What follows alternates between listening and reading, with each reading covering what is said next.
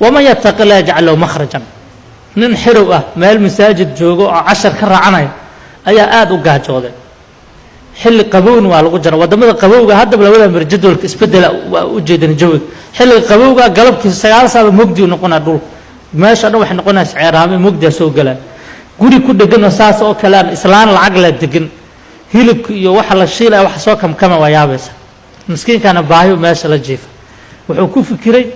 qorniyo mugdigan daaqada inta ka gashid wax sidaan u soo carfay la shiilay inta aayar u fiirsta markay ka baxdo ama soo qaadata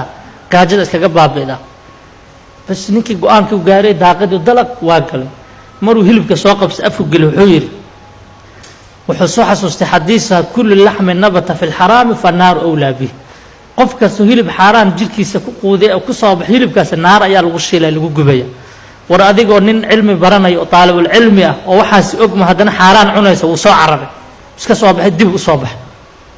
masaajidku ku soo laabtay asigoo gaajaysan casharkii maqribka soo xaadiray sheekhi uu yimid cashar ala akhrinay islaanti guri deganeed odayeed mar hore u dhintay lacagna way leedahay way fikirtay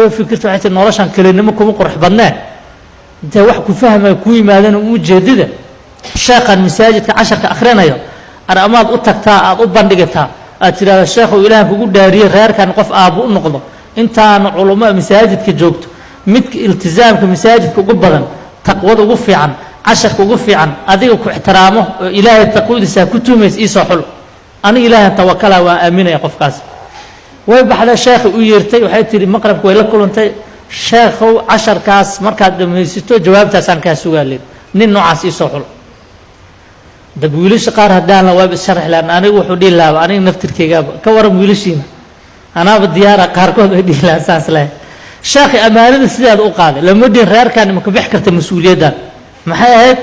qofka ilaahay kullu ogyahay oo dadkan ugu taqwo badan isoo xul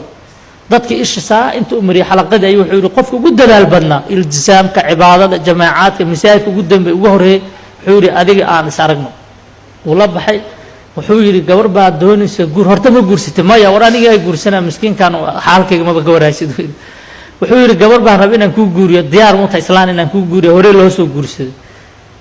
wuxuu yiri maxaan ka diiday aniga hore maana ilaahu warta waxay rabo ma jiraan aniga diyaar ah wax kas